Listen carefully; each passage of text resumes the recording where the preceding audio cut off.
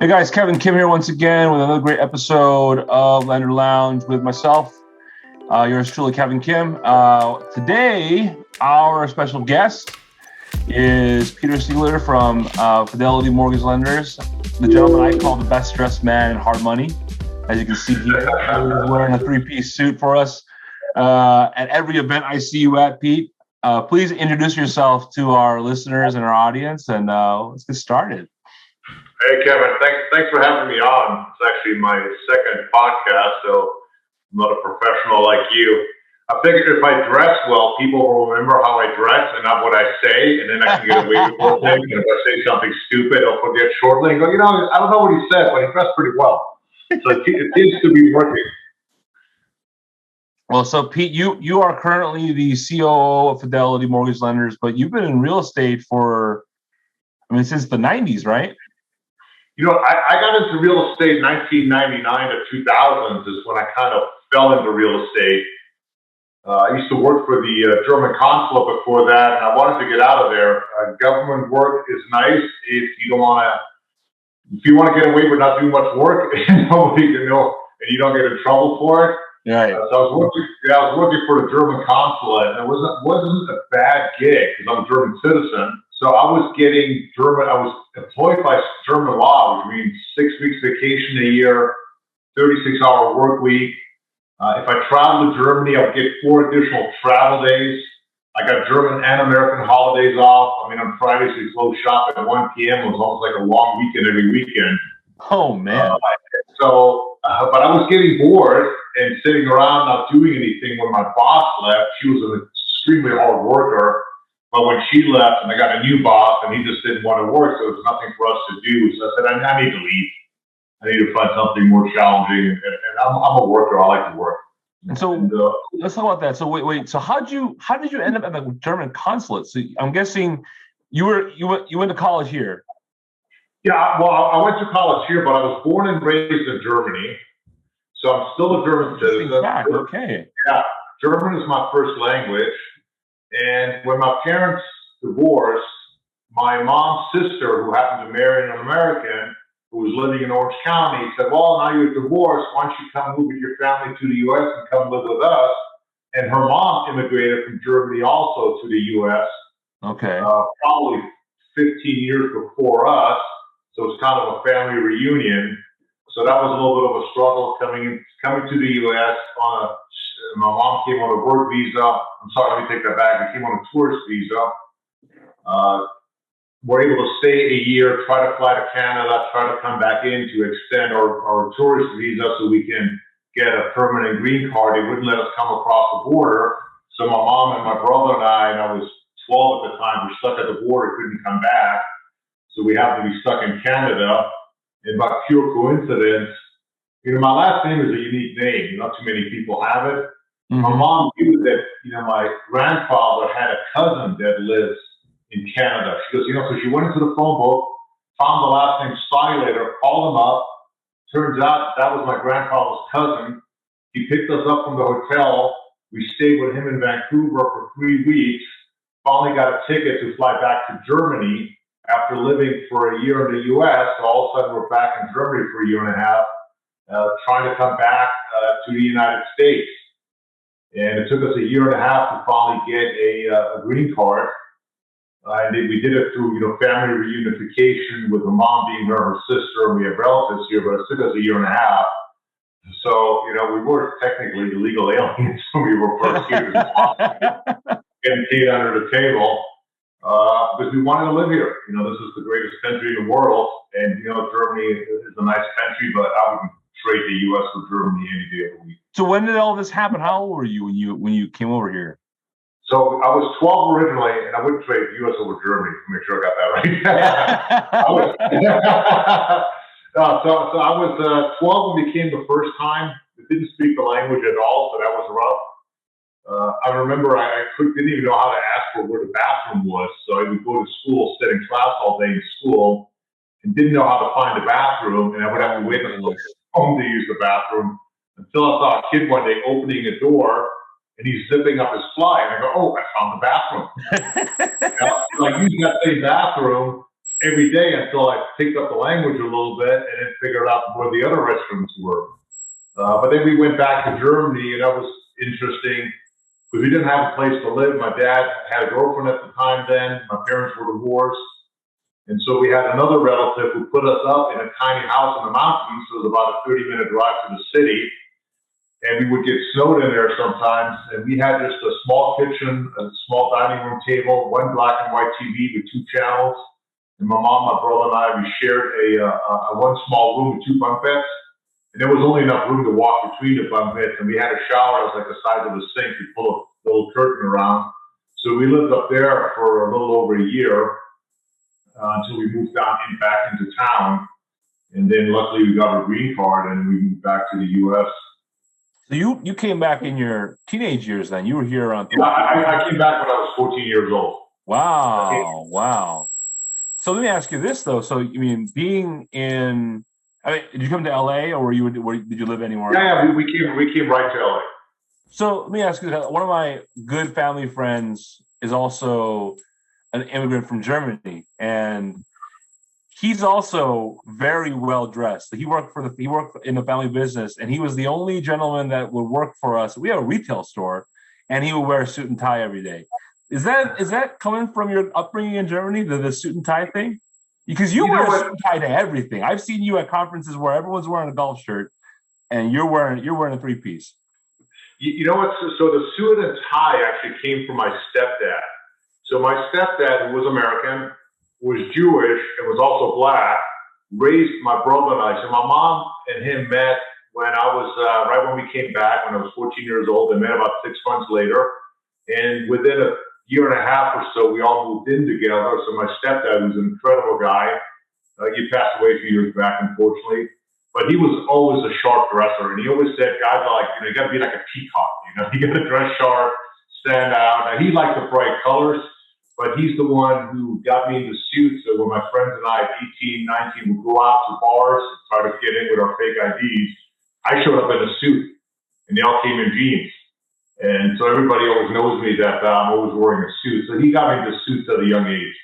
Oh, very cool. So you embrace the suit and tie at a very young age and appreciate the value it presents. That's cool, man. I mean, because like I always joke about like.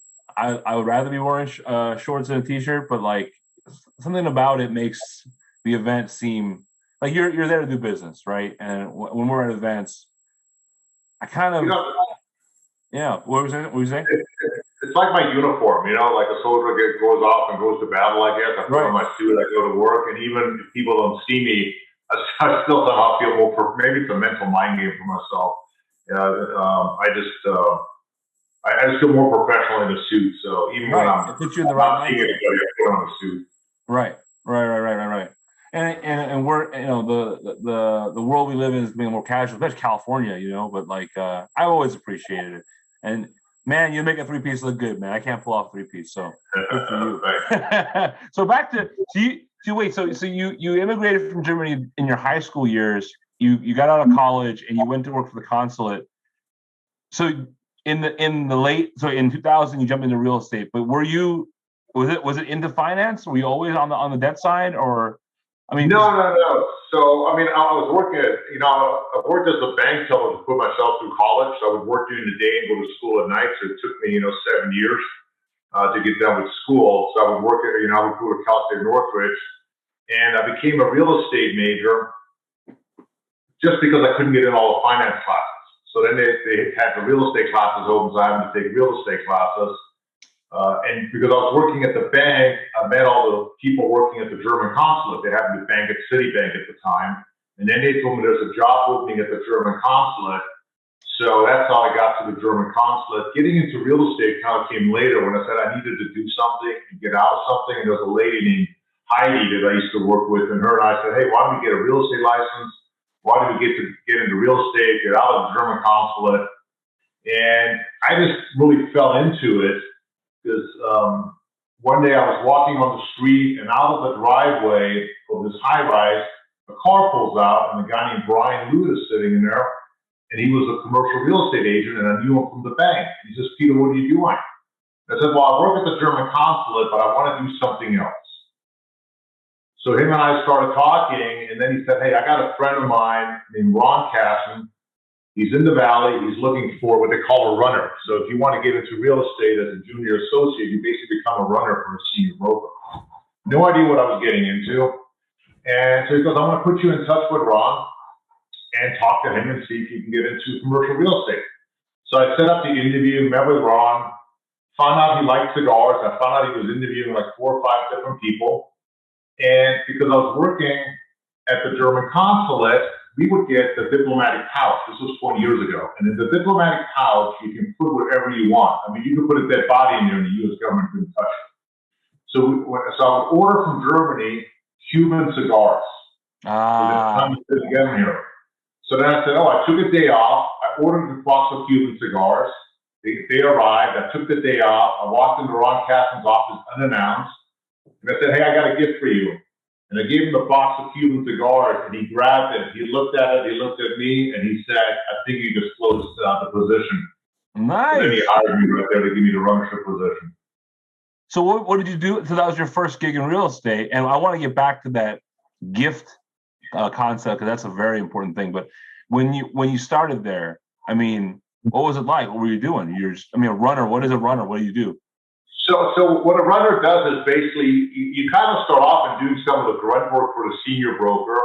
You do cold calling, and he teaches you the ropes. So what Ron would have me do when I started, this was industrial real estate. So he just purely focused on industrial real estate, because at the time everybody had a specialty. Mm-hmm. So you really have to focus on your market area. Would it be the East San Fernando Valley, the West San Fernando Valley, and then you focus on the product type. Brokers today focus on multiple product types because it's a lot easier to get a better handle on the market. But at that time, all you do is industrial, you focus on that. And he would send me out and he would give me like a folder like this, full of flyers with marketing materials for all his properties that are listed. And I would go out and I would go out for 2, 3, sometimes 4 or 5 hours a day. And I would knock on doors to businesses that are in warehouses. And I would just say, hey, we got a property for lease down the street. Are you looking to do anything right now? Can I help you find something? And that's how he taught me the business, was either cold calling, but mainly was just knocking on doors, good old sales tactics. Yeah. So the old school sales tactics, but you're actually having to interface with people and shake hands and kiss babies and do all that fun stuff at the same time. And what was perfect is, one, you got to see, there's so many crazy businesses in warehousing. The West San Fernando Valley, you walk in and, you had an adult movie being shot, or you walk in and they make parts for an Apache helicopter. It's just the spectrum of items, like everything we see anywhere. My desk here, the frames on the wall is wood. Everything comes out of a warehouse or a yard. So it's a really fascinating business, and I enjoyed it more than office properties, because office, everybody leases an office. You got your accountants, CPAs, insurance companies, but to actually see what people manufacture and how they make a living was pretty fascinating. So this is in the 2000s, and so when did you make the jump onto the finance side then? Because it sounds like you were doing that for some time. Oh, yeah, I did that for 17 years. I left Beitler Commercial. I ended up going to Lean Associates to do industrial real estate there. I became a principal. Then I left in 2007 and 8 when the market corrected. Times were really tough during that time. And I was struggling. And Delphi made me an offer to help me with my finances to get through the next year, because, my wife and I was at the time going to law school. She was going to UCLA Law School. We had 2 kids. The market crashed with the financial crisis. Hold on. I don't mean to interrupt. Wait, so this is during the recession. Your wife's in law school and you've got 2 kids, and then you are transitioning. I'm guessing you lost your job during the recession. Well, no, actually what happened was I stayed in commercial real estate. I left Lean Associates because Delphi Business Properties, which is also an industrial real estate firm, made me an offer to come over, because 2007 and 8 hit. My wife and I, we burned through our savings. Yeah. We ended up going on food stamps and government assistance just to survive.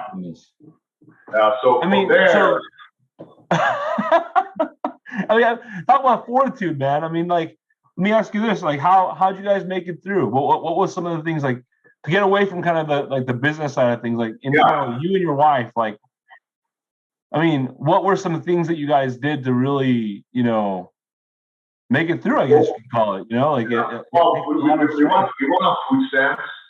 My wife was going to UCLA Law School, so they provided, for low-income people, they provided care for our son, who was 2 years old at the time. Oh, my goodness. He was 3 years old at the time, 2008.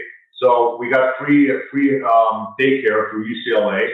My stepdad and my mom, I went to my stepdad one time to go get food out of his fridge because I didn't have money to buy any food.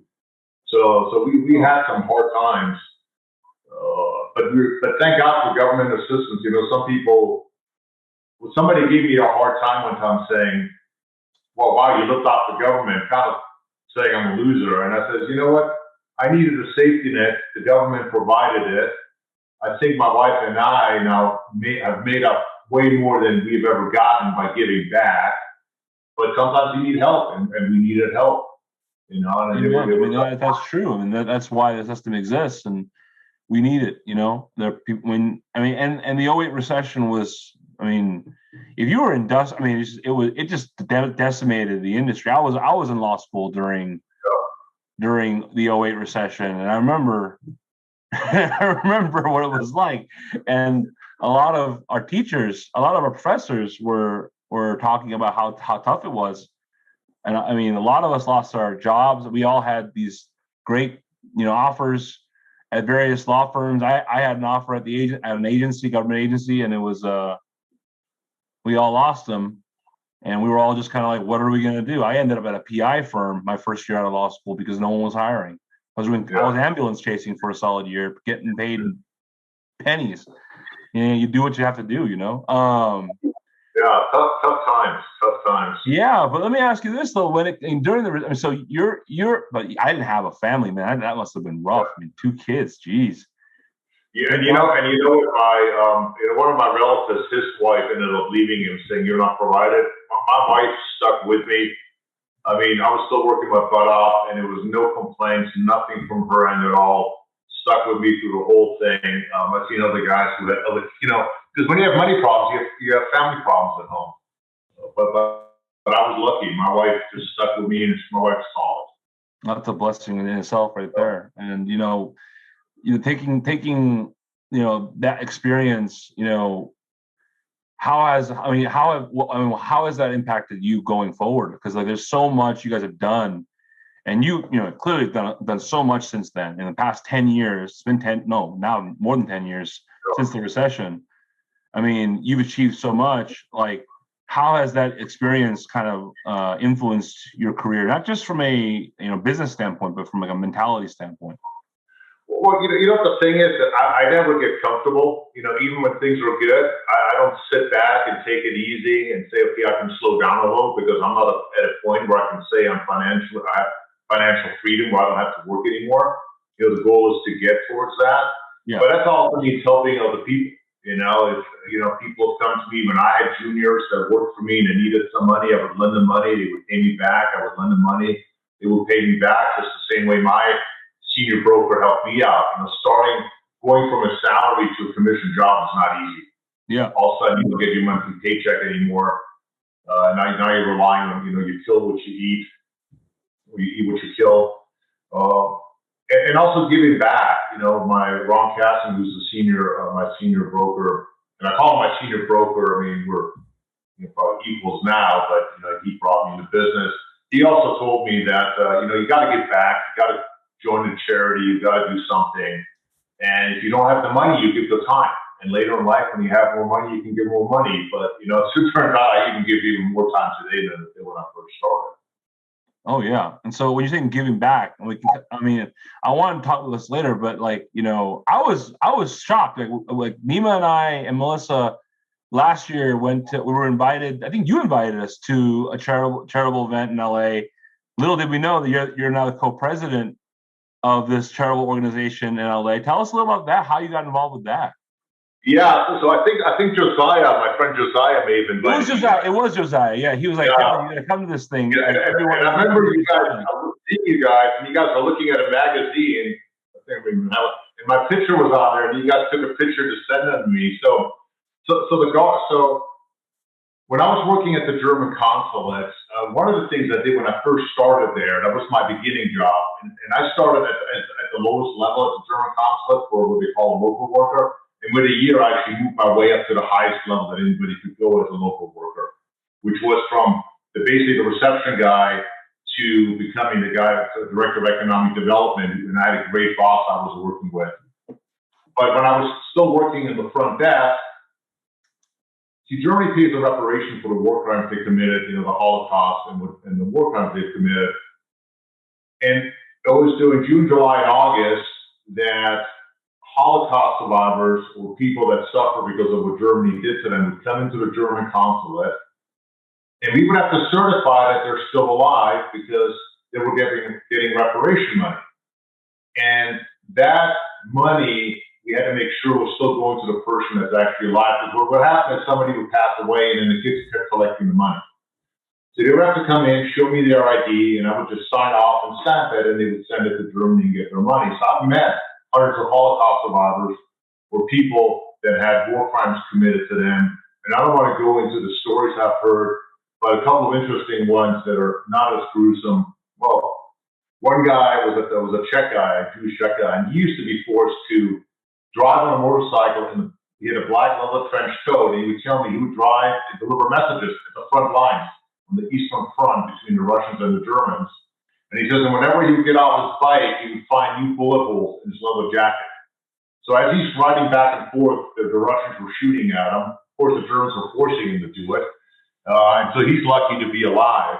And then there was a lady one day that came in, and they have to give me an ID. That's the current ID, because if not, I wouldn't recognize it. People age, they change how they look. And this lady came in, and she hands me this little passport, and it's an old German passport from like 1943. And it's not even a passport, it's just an identification card. And on there is written Jude, which means Jew, and a Nazi stamp on top of that. But I couldn't recognize her from 1943, and this was back in like 1998. And she didn't have any other ID with her. And I said, look, I need an ID to identify you. And then she said, without being malicious, she didn't know how to identify herself. She rolled up her sleeve, and the numbers were stamped right on her arm from the camp. So, of course, I signed off on it and gave it back. So the reason I bring that up, I was working at Beitler Commercial Realty, and, Ron Casson and his other gentleman, Gordon Mason, says, Peter, join a charity. You always got to give back to the community. And I was sitting in my office with a guy named Trevor Gale, and we get a call from Scott Lippman, and he's talking to Trevor on the speaker, and he says, hey, and I didn't know who the Guardians were. The Guardians were having a party at the Playboy Mansion. And Trevor goes, Peter, do you want to go to the Playboy Mansion? And I said, great, I've never been there. Now, this wasn't a Hugh Hefner, this was a charity raising money. And I said, great, I want to go. And Scott goes, well, Peter's not Jewish. And Trevor goes, well, Peter only hangs out with Jews. So, yeah, he is Jewish. So I said, great. I said, hey, let me go. So I go there.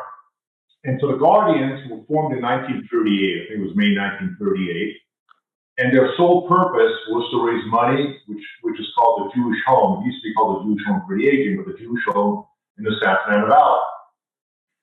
And the Jewish Home happens to have, still to this day, I think about 22 Holocaust survivors. Back then it was a lot more. And so as I go to this party, and we're on the bus driving up to the Playboy Mansion, they play a video and they talk about what the home does. Hey, it supports an old age home, which is great, because I think society's judging how you treat your seniors. I mean, everybody wants to help the kids, of course, nothing wrong with that. But sometimes the seniors get shafted. Yeah. So they take care of seniors, they take care of their own. And the home is about 70% Jewish, 30% is non-Jewish. So it's not just Jewish people that are being helped there. And then I found out that they have Holocaust survivors there. And then I met so many great guys that are today some of my closest friends. And I said, wow, what a great organization. They help an old age home. There's Holocaust survivors there who I've met. I mean, maybe some of those who I've met are there now. And I can give back. And I didn't have any money, so I donated my time. So I joined the young men's division at the time, which was guys 40 and under. And it was just a great organization. And it was just, the guys were great. It was a great cause. And so I moved myself, I guess, kind of up through the ranks. Until 2 years ago, they asked me to be co-president with Zane Tops. And the Jewish Home is, I mean, it's a huge undertaking. You got 1,600 staff. You got currently 1,100 residents that are there. The numbers are down a little bit because of COVID. They couldn't let anybody new in. They service 2,800 seniors outside of the home, and they have a $160 million budget. Wow. So about a $20 million shortfall. So the guardians, the executives, and there's a few other groups, and there's members of the board, we raise and make up that shortfall of the $20 million. And the guardians and the people who came through the guardians who now sit on the board of the home, we raise around $2 million a year for them. How long have you been involved with the Guardians then? So you 15, 16 years now. 16 years now. So you've been there since your time pre-recession, after, through it, and even today. Let me ask you this: like, how has that influenced like your perspective in business, in leadership?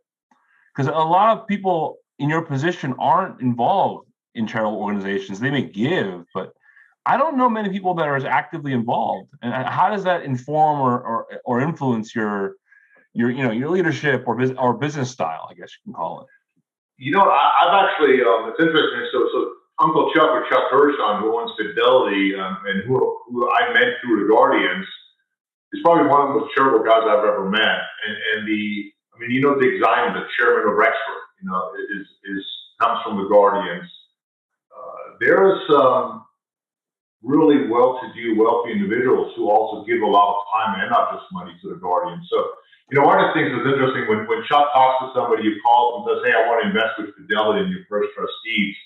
And if Chuck hears that they have a lot of money, the first thing Chuck asks him is, what charities are you involved in? And if they say none, he goes, can you believe it? This guy has all this money and he won't give back. So maybe that's a little perspective. I mean, you don't know what goes on in people's personal life. You don't know how much time they dedicate. Maybe they've done things in the past. But I tell all my guys that you got to donate your time and you got to do something. And if you don't, it's up to you. Maybe you're a little more selfish, or maybe you just don't think about it. But, there's so many people that need help. And if you can help. And if you don't have the money, keep the time. When I didn't have the money, not that I have that much now, but I gave a lot of time. And now I still give a lot of time, but I give more money. But I think I'm not a very religious person, but I believe in karma, and what you give and you get. Very cool. And I know how charitable Uncle Chuck is. I've seen him when I was at the event. He was there, but through his involvement in CMA, he's always donating so much to the PAC and to meaningful causes, and that's interesting. And you bring up Uncle Chuck, and for our listeners outside the state of California or West Coast, non-West Coast listeners who may not know who Uncle Chuck is, although I would venture a guess they may have heard of him. So he currently owns Fidelity, and you currently are the COO of Fidelity. So let's talk about that. How did you end up joining up with Uncle Chuck and Fidelity? Because you were in industrial real estate. You were a commercial broker and working on that side of the business. How did you transition into real estate finance, let alone hard money? Yeah, there was another coincidence. My life's kind of like the movie Sliding Doors, a little into this company where I am today. It's like, wow. Like if Brian Lewis didn't drive out from this driveway, I've never gotten to commercial real estate. Right. Somebody didn't pay a bouncer for me to get in the front of the line to go up into an elevator to a bar. I would have never met my wife, who happened to walk out, but we happened to be right in front of the elevator. So I was looking at my life as kind of like Sliding Doors, little instances got me to where I am. So at the time I had my own commercial real estate company with two partners. So we broke away, started our own commercial real estate company, started getting into the deal, self-storage, hotel, brokering those deals out.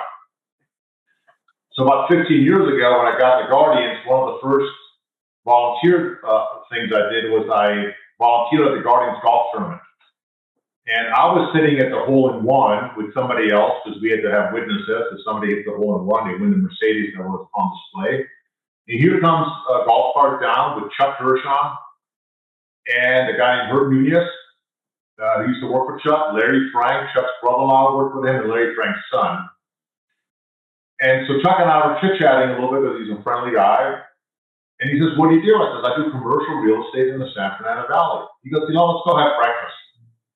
So a few weeks later, we have breakfast. We meet at the Lux Hotel. I don't know if it was the Lux Hotel still at that time, off Sunset. And he tells me what he does. And honestly, I had no clue what hard money is. Never dealt with it, even though he does in commercial real estate. A lot of commercial real estate agents are not familiar with what hard money can do. In terms of getting it. What year was this? Because it wasn't as prevalent, right, back then? Yeah, it wasn't as prevalent, but even today when I explain to commercial brokers what we can do, they go, I just go to a bank. They never think about it. So it's still a learning curve for them. And so I would start underwriting properties for him. I didn't really know what he was doing. I knew he was making loans, but didn't really know what he was doing. He would say, Peter, there's an industrial building in Burbank. Hey, what can I sell it for? Hey, there's a building on Ventura Boulevard, office building, Peter, what can I sell it for? So I would give him a broker opinion of value. I would drive by the property. And a couple times I sold properties for him as well. And so one day, we actually had to change the name of our commercial real estate company because we're called Brookfield Partners. And Brookfield sent us a letter, hey, stop using our name. Yeah. We changed to Essence Partners. Well, we figured that letter may come sooner or later, but we lasted about 2 years. It happens a lot. You'd be surprised how often it happens in our industry. It's okay. Yeah. And I was like, oh, okay, well, they're a little bigger than we are, so we'll rename ourselves. So Chuck then said, Peter, goddamn it, if you change business names again, bring me some business cards and let's have lunch. So we go have lunch on Wilshire at the Wilshire restaurant in Santa Monica by Wilshire 26. And in our conversation, Chuck says, Peter, if you know anybody, I'm looking for someone to run my company and buy me out. So I don't know anybody. Doing well in real estate, I got my own company, nobody to answer to. Yeah. So about a week goes by, and then it kind of hits me. I go, wait a minute. He's doing well. Maybe there's something there. Maybe I need to go find out what he does. So I'm sitting there on a Friday afternoon, having sushi, a couple sake shots with my best friend Kelly and a guy named Peter Marion. And we were doing deals together. And I said, let me see how these guys react if I say that I'm Chuck's looking for someone to run the company, buy him out. Mm-hmm. So I said that, and they both looked up and they go, what the F is wrong with you? Call him. That guy loves you. He goes, you should do it. Call him now. And I go, no, I'm too many sake shots in. I'm not doing it now. So I emailed him, and he said it's been a few months. My recollection was like a week until I got it. So I emailed him, hey, you're still looking for somebody? He writes back, yes. And he goes, do you have anybody? And I write back, what about me? He calls me up, we have lunch, and here I am. What? So not only is your connection very, seriously Providence, I really don't know how else to describe it, because it's pure networking. It's networking at its best. I mean, you're on a golf course. You're basically doing business and making friends, and somehow he takes a shine, and then he comes and asks you for a favor, but then you have the not only confidence but also bravery to say, hey, what about me? And so how did that come after that? I mean, what was that like? Well, Chuck was nice enough where I said, Chuck, give me 6 months, let me come over there and check it out. Yeah. So the first 3 months, I mean, I was doing real estate deals all the time. I mean, I even went to the CMBA conference with Herb Nunez, and 90% of the time I was away from our desk or table or booth. I was doing real estate deals. Yeah. And it took me a while to transition out. And then I go, oh, wait a minute, I mean, at the time I was selling the corner of Sunset and Fairfax, Arco gas station to some developers, and that deal fell out of escrow. We had a lawsuit with the billboard. We had to go back into escrow. It was a 2-year process. It was a nice deal. But on the other hand, I'm doing a hard money loan, and I'm opening and closing the deal in 2 weeks. Yeah. And I go, wow, 4 to 6 month transaction on a sale. By the time you pitch the listing or you cold call an owner, the owner maybe wants to sell. You stay on top of them for a few years. You put it on the market. then you got to go through an escrow, you got to sell it, or hard money. It was a quick fix, a quicker high. And I said, you know what, I like this business, and I like the fact, because we're a direct lender, you come to us for the money. So I like that side of the business. I do miss and enjoy the complicated commercial real estate transaction or development transaction. I do enjoy and miss that, but I do like the quicker transaction. And for us, we're not like an SBA lender or financial institution. We don't sit there and underwrite the business and see if we can afford to buy this building and then appraise the building. We just strictly appraise the building. And we're just an equity-based lender, so that falls perfectly into our commercial real estate world. Right, pure value-based. That was an easy transition. Right. Well, let me ask you this: so since you joined the company, so we're kind of at that part of the story. When it comes to Fidelity, a lot of folks on the West Coast definitely know, the company. We see you guys everywhere. Everyone out here knows Uncle Chuck, but we have listeners across the country and some guys in other states that don't know the company. So give us a little bit of a background on Fidelity, your role for the company, and a little bit of a story on Uncle Chuck for those of us who are uninitiated. Well, Uncle Chuck, and I'm not sure how the name came about. I mean, Chuck and his wife Hella, who's great. And Hella, actually, by the way, Hella's dad is a Holocaust survivor who was in Auschwitz, and she was born in Germany. So Hella and I, had those conversations. We get along. We're just great. She's a great woman, and Chuck's so lucky to have her. They don't have any children, so I'm not sure if that came that he's everybody's uncle, because he's such a nice guy. He helps everybody out. So in 1971, Chuck started Fidelity Mortgage Lenders. 5 years prior, he had Fidelity Home Loans. So Chuck used to do seconds. So his business was doing seconds. He was a one-man shop. He had one telephone, one chair. Then he hired a secretary later. But he would call up people to see if they needed a second loan. At the time, I think he was getting like 17, 18% on seconds. And he would do $2,500 loans, $3,000 loans, a lot of small loans. And I mean, he started the company just from absolute scratch. When the Japanese banks then came in and started doing seconds, they kind of wiped him out. He couldn't compete with their rates. They couldn't compete with their loan program. So he decided to get into the commercial real estate hard money business. And I know we keep switching names now, private money, because hard money sounds like like the money, but it's hard money or private money. So he started Fidelity Mortgage Lenders back in 1971, and he's learned over the years to be careful on how he underwrites deals, not to over leverage. Sometimes the best deal is a deal you don't write. We're very conservative, 50, 55% loan to value, maybe occasionally 60%, but that helps you get through a downturn in the market. Yeah. Right before COVID, I mean, who would have thought the financial crisis, I was fairly new in the business, and I thought there's no cycles in real estate. I didn't know any better. But if you have enough equity on the deal, you protect your investors' money. And Chuck also, you learn through mistakes. I know in 2007 and 8, he made a bunch of loans on development sites, on land development sites. And when the market turned, people were developing. Zoning changes, entitlements change, or they expire.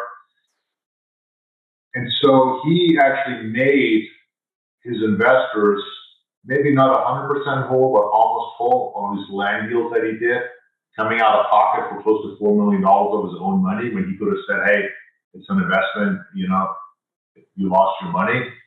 So he learned to be careful on not over leveraging, especially on land, on development deals. And also, as this market gets more competitive, he's learned to sometimes let a deal go. Somebody wants to go 75, 80% of the value because they want the deal that bad. And it's a private money loan. Your security is really only the real estate. It doesn't take much to erode that equity. Somebody can't make the payments because they're not making the mortgage payments, probably not paying their insurance. They're probably not taking care of the property. And so that 20% or 30% erodes really quickly. So we like to stay very conservative so we don't risk our investors' money. And that's all Chuck's doing. And the discipline, which I think is the hardest thing to do, is to stay disciplined and stay in that box and not try to compete where, when, let's say, 50% is your norm, all of a sudden you go to 60%. Now you get used to 60%, that becomes normal. And let me push it to 65%. Before you know it, you could be 70% plus. And if you got a big downturn and that 20% goes, I mean, who wants to own a restaurant these days, in the wrong place? Yeah. And they call, some of these guys call Uncle Chuck the godfather of hard money lending, but he's one of the first guys, especially commercial hard money lending. That's why one of the first guys to do that.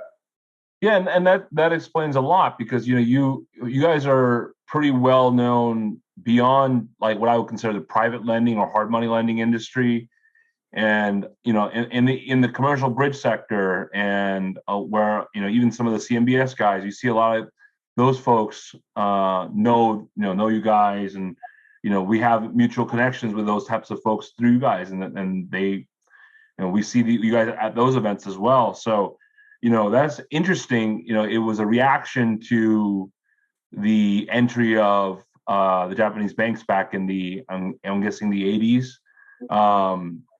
But when it comes to the discipline, I mean, I gotta tell you, that's hard. I mean, you guys are known to be very, conservative but creative.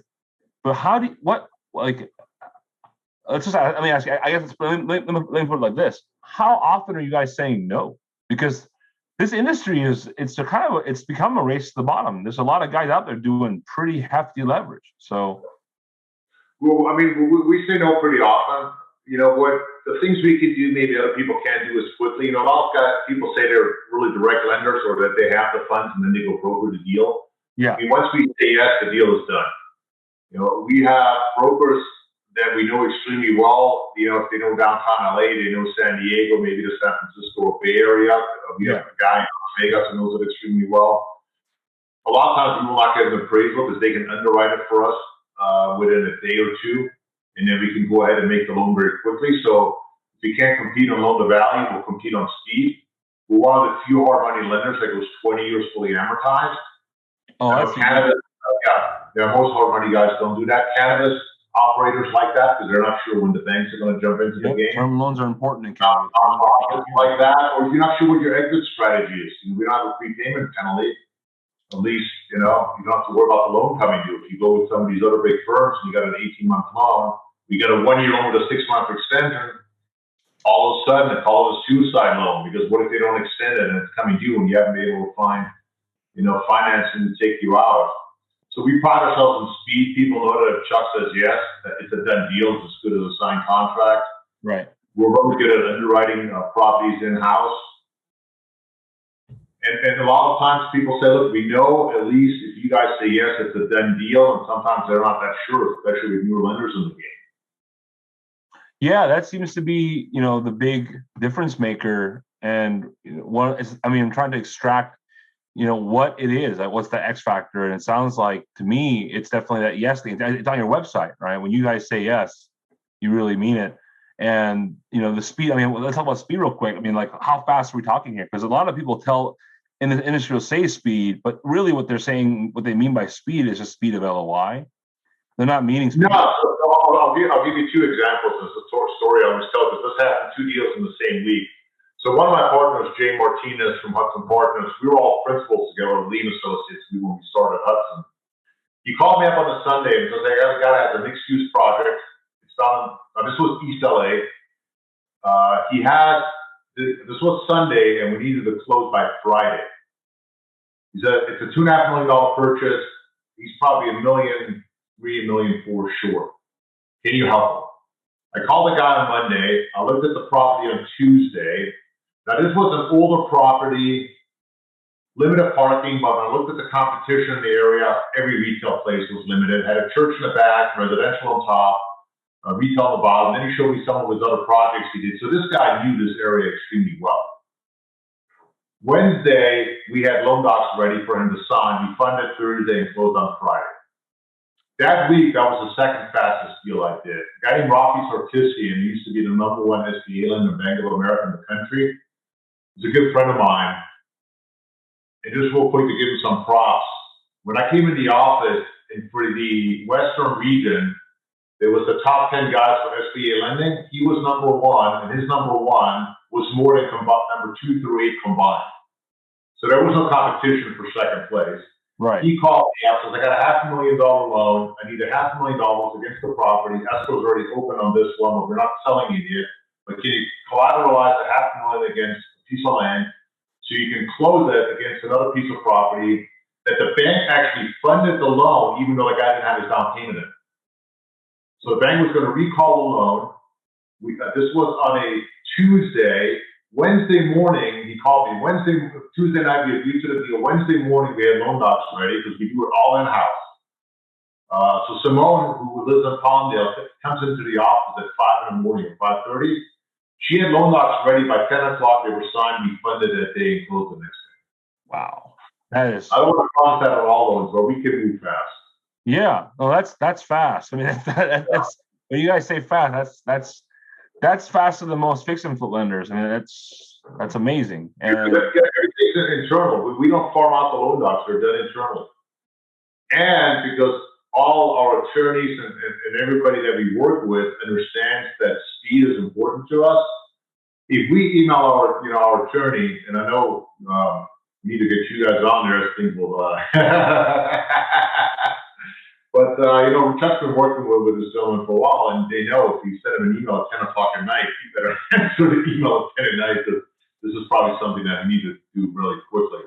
But now we're also expanding out of state. So today we actually funded our first deal in Bozeman, Montana.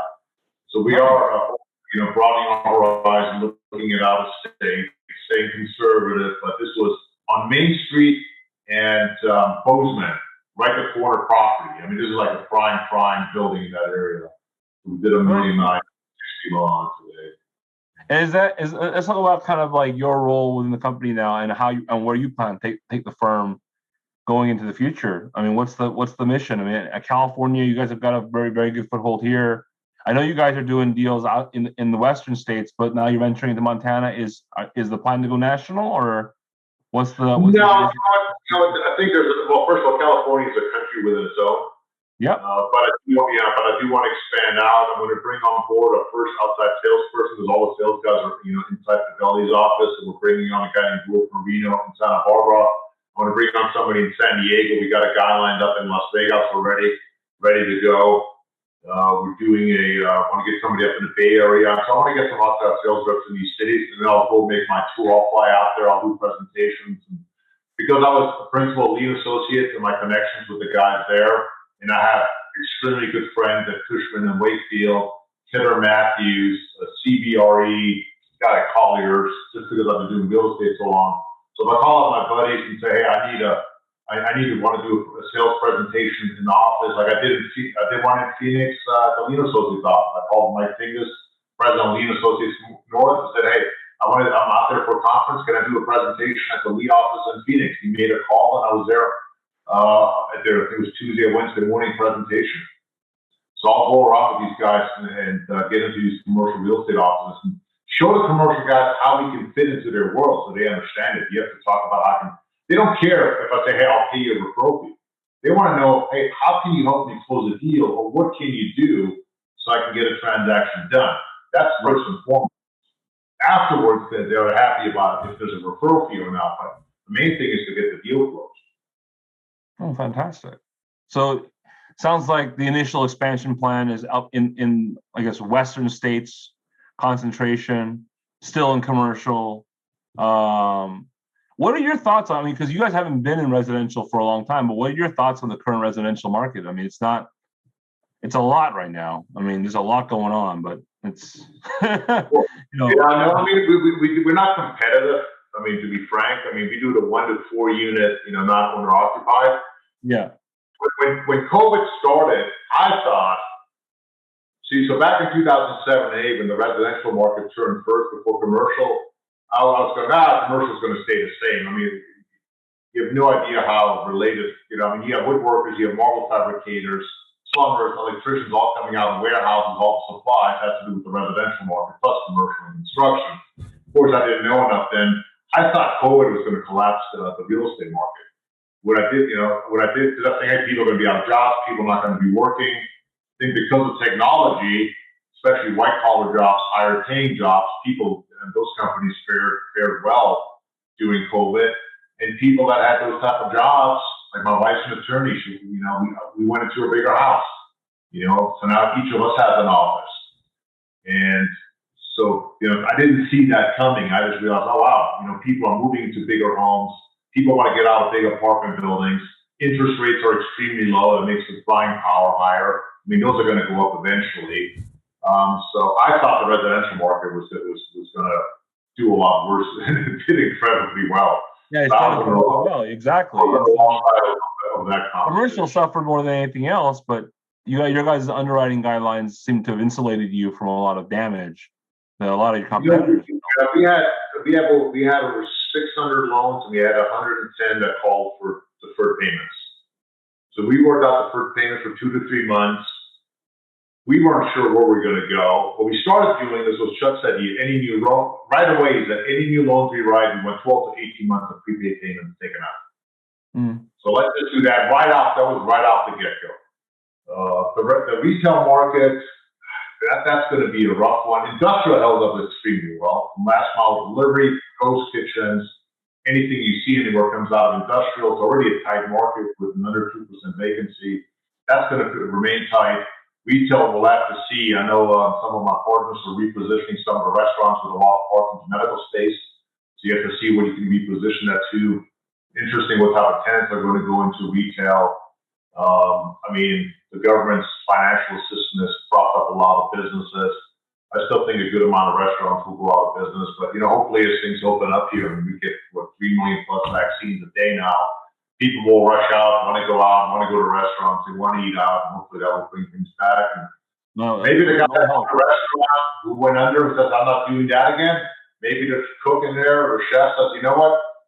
My business got shut down, but I'm going to make a run at it now. I'm going to go start my own restaurant. So we'll see what comes. Yeah, I mean, so the kind of transition question is where do you think things are headed? Because right now, you mentioned something that I've been harping about for a long time, is that rates are artificially low.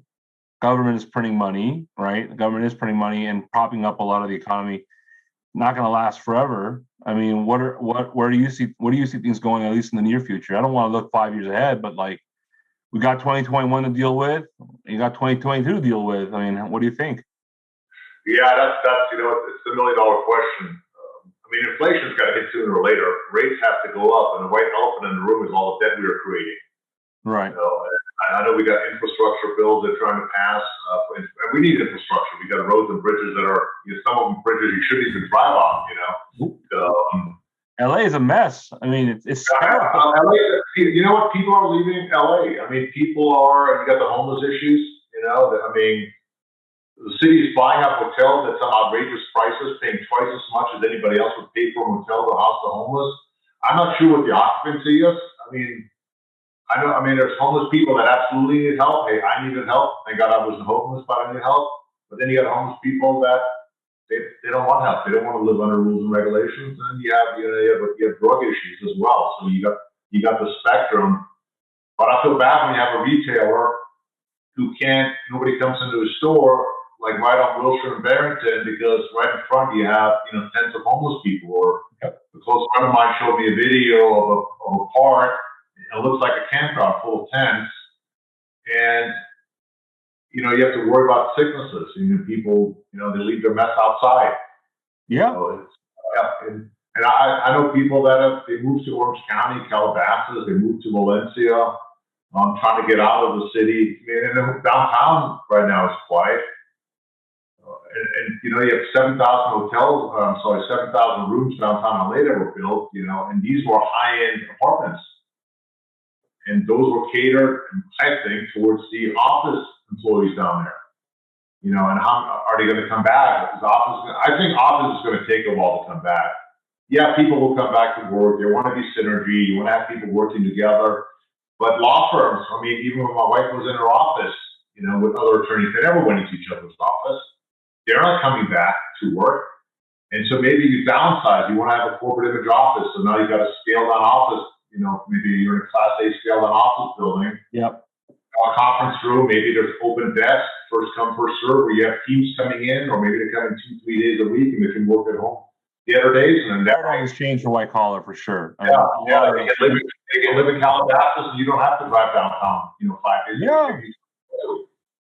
I mean, I live in Brea. I'm not driving to Irvine every day, even though I could. No, I don't need to. No, I mean, I'm in my house today, so I'm going to spend probably one day or so, at the house. Right now, what we're doing is that we're shifting a new person into the help to assist me with the operations of Fidelity. I'm going to start shifting my focus now back on growth of Fidelity and sales. So instead of 90% operations, 10% sales, we're transitioning now where I'm going to be 70% sales, 30% operations. We're going to see you at more events? Yeah, absolutely. I can't wait. Yeah, I mean, today I was on a conference and on a panel, but I think everybody can't wait to be back in person. Oh, that's for sure. Yeah, and I'm excited to see you in person next week, but at our event. But I'm glad to see you're going to be doing more of the sales stuff. You're very good at it, by the way. You got great stories to tell. And you what's interesting is you have such a diverse experience base from working in commercial real estate on the brokerage side, now on the lender side, and you have Uncle Chuck's wealth of experience.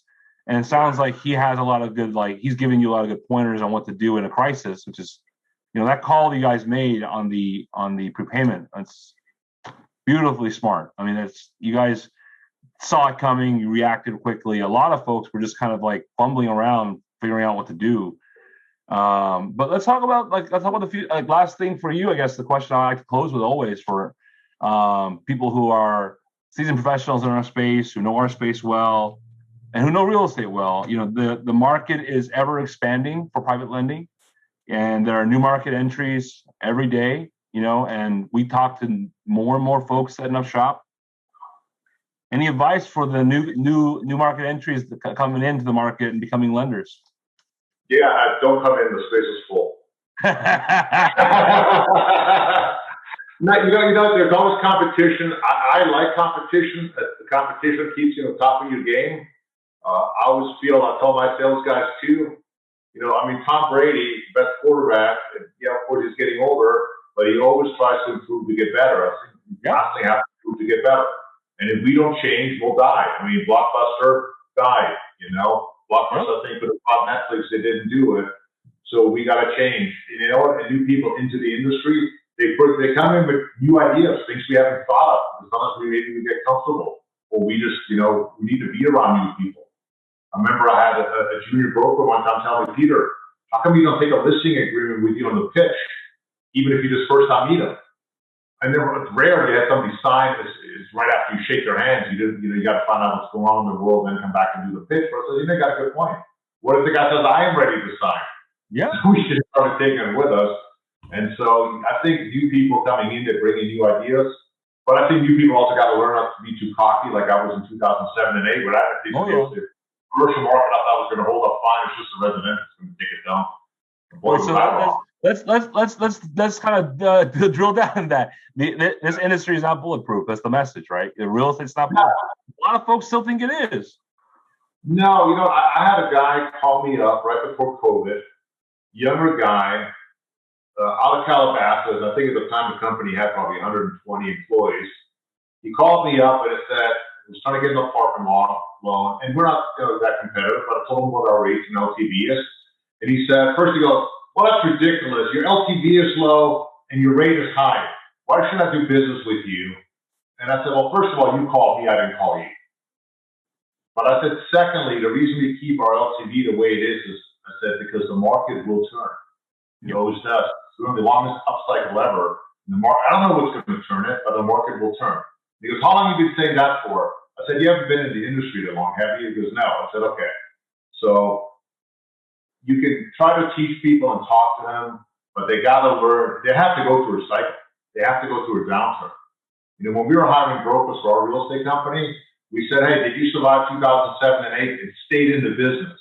Then we'll hire you. If you got out and came back in, forget it. If you didn't survive, you're out anyway. So I think when you're new in the business, don't get too cocky. The market doesn't always go up. The market will turn. Don't over leverage because you want to get the deal.